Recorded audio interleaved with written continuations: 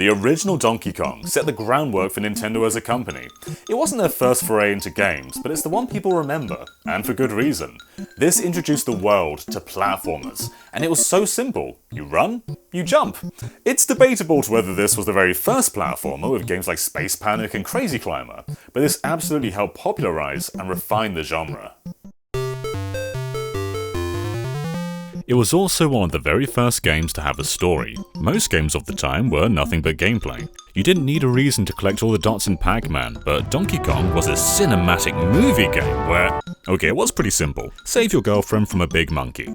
I think I've seen that plot somewhere before. But it showed us that having a story incentive could motivate gameplay. It's a premise the Mario series is still using today, and while story in games has been built upon drastically over time, you gotta wonder if games would have even taken that path if it weren't for Donkey Kong. Now, just on a personal note, I don't find the 4-level structure really lends itself to an endless loop in the same way that other arcade classics like Pac-Man and Tetris and Galaga do, but that hasn't stopped people from going crazy with insane 4-hour runs. Donkey Kong is one of those games I'll occasionally play through on a linear run, but finding ways to rack up points was the real metagame. Knowing when to break out the hammer to get the most out of it, and hopping over barrels without dooming yourself is just something I never really got into. But with that in mind, Donkey Kong Game Boy. I let this completely pass me by until the 3DS Virtual Console release, and going in, I thought this was just Donkey Kong for the Game Boy. I mean, why wouldn't it be? It's just called Donkey Kong. The Game Boy had arcade ports like Pac-Man DX, Burger Time, Dig Dug, R-Type, and especially considering the time of these releases, that was a pretty special thing. Being able to play an arcade game in the palm of your hands and take it anywhere you go, that's something that's still cool to do 30 years later on Nintendo Switch. The point is, if Nintendo just put arcade Donkey Kong on the Game Boy, I don't think people would have complained. I mean, they put Ice Climber on Game Boy Advance and, well, that's Ice Climber.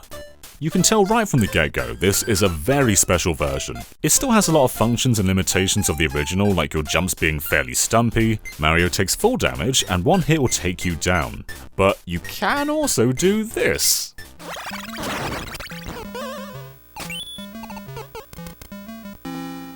Huh. This is going to be a short game. Yeah, it wasn't Mario 64 that introduced side flips and backflips, but rather Donkey Kong on the Game Boy. In 1994, this was the most agile we had seen Mario. He'll tuck and roll if you jump off from a fairly high cliff. He can do handstands, and there's even a few elements from Super Mario Bros. 2 in here. And usually I'd say piling on mechanics to a game that was crafted around its limited scope would be a bad thing, but as you've likely guessed, DK94 has a twist. Possibly the biggest twist in the history of gaming.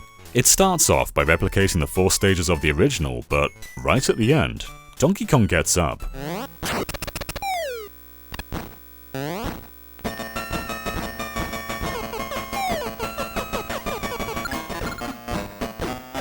I had no idea about this when first going in, but DK94 isn't a 4-stage recreation of the original, but rather a 101-stage puzzle platformer. That on its own makes this one of the most memorable games on the entire system for me, but it doesn't use its prologue as a simple shock gimmick. This is a continuation of Donkey Kong, and establishing that basis was incredibly important. One area that DK94 runs and evolves with are the cutscenes. They were very simple in the arcade version. Mario and Pauline reunite. But here, a small cutscene plays with every single world transition, working as not only a reminder to take down DK, but they also take this opportunity to teach you gameplay mechanics. The first one's about keys and locks, the second about these bridges, the third is about levers. One teaches about higher jumps, another's about throwing a hammer to a higher level, then climbing up and catching it, and so on and so on. If you're familiar with the game, you can use these advanced techniques right from the start, but the game won't demand them until much later on. They're treated more like a little nudge than a flat-out tutorial. Levels will often demand these abilities from you, but it's on you to learn them. And while you have all these different moves like swinging from ropes, picking up enemies, and swimming, they never escape the simplicity of the original DK. Picking up an item is like grabbing a hammer, swimming is a natural extension of jumping, and climbing was something introduced in Donkey Kong Jr. It can be very easy to overcomplicate a formula by throwing too much at it, but everything here just fits in so smoothly. But despite playing a lot like Donkey Kong, I don't think it would be accurate to say that levels are designed as if they were from the arcade game. The boss showdowns perhaps, but the majority of levels create something very different under the same limitations. So instead of just scaling to the top of a level, you actually have to go back and forth quite a lot. The objective is to find a key and bring it down to the lock. But with the DK control scheme, there can be some intentional hurdles to that. You can't climb a ladder with a key, much like you couldn't with a hammer. You also can't swim with the key, or duck while holding it. The puzzle isn't just how do you navigate Mario through this level, but how can you bring this object along with him.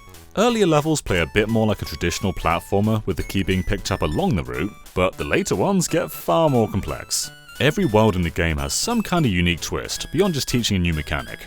The forest has a ton of levels filled with vines to climb, Iceberg has a bunch of water puzzles that can combine with these floating icicles, and so on. But let's take a look at a few levels in the middle of the game, the airplane world. At this point, the game's got a lot more puzzle heavy, but there's a natural and elegant shift in progression that I really admire here. The main gimmick of this world is wind resistance. Mario's constantly pushing against currents, so you can't really stand still, and your jumps don't carry you particularly far. But this is pushed on its head at the top though, where ducking under these bullet bill cannons, you'll realise the wind can assist you if you're facing the opposite way. And this is what the later levels in this world build upon.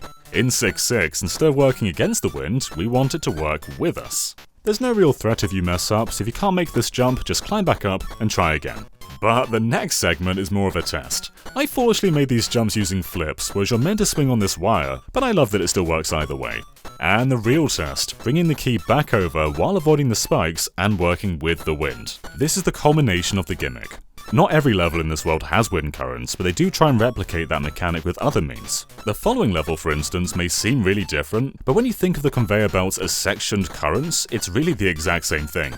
The twist of this is Mario can't crouch under the conveyor belts because there's spikes in the way, but the key can. So what you need to do is throw the keys on the belt and then use these levers to change their direction. Almost like you're essentially controlling the wind now. Now this makes sense and it's fair because you've already mastered momentum in both directions and levels building up to this. It's a really clever way of seemingly creating variety with the exact same idea. It's refreshing to see a game so clearly respect the legacy of its source material while also not being afraid to evolve.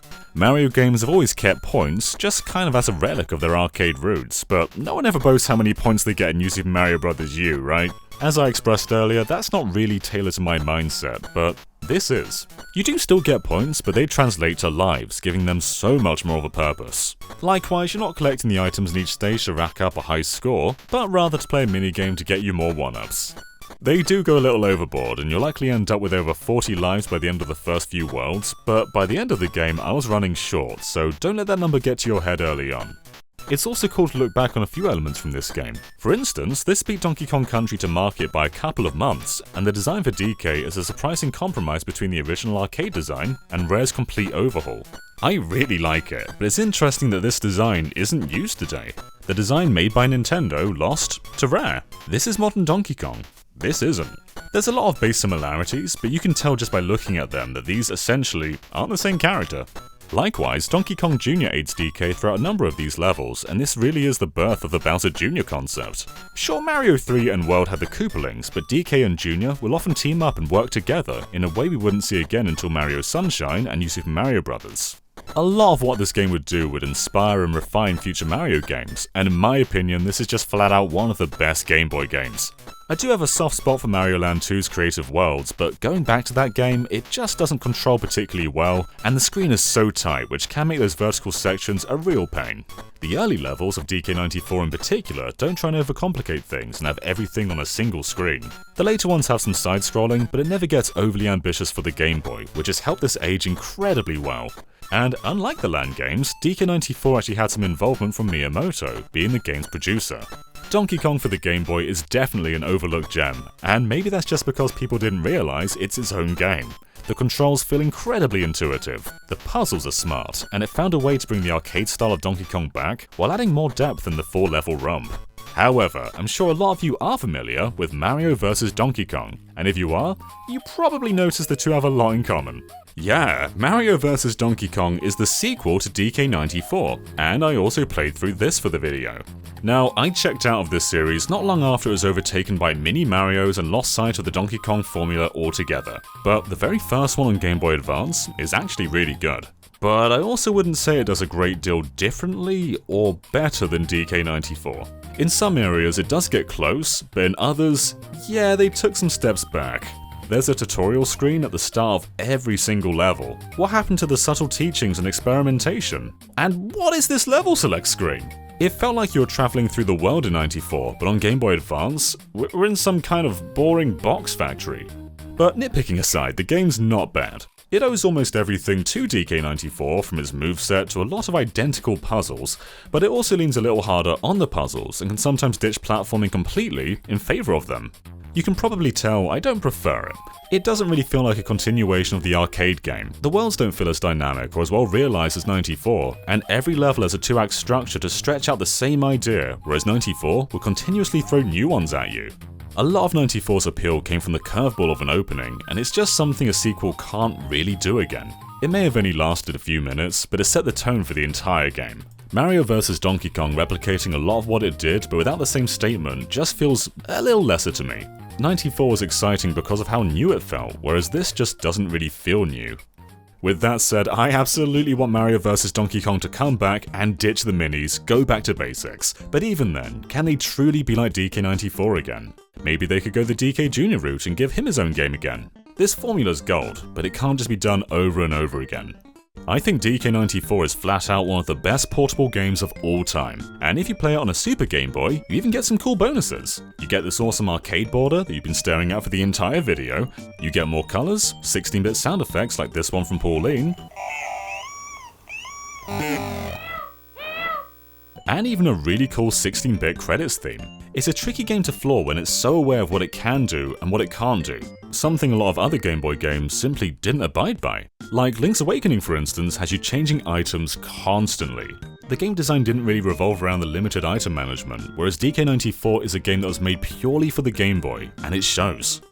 So, if you haven't played this game before, I urge you to give it a shot. It's one of the very best games I've ever played, and so much that I love from future Mario games like the side flip and the back flip came from this, not Mario 64. So if you enjoyed this video, let us know in the comments below, and check out NintendoLive.com for a lot more Nintendo content, both modern and retro, and stay tuned on the YouTube channel. Be sure to hammer that subscribe button using a DK hammer, and we'll see you next time. Bye everyone!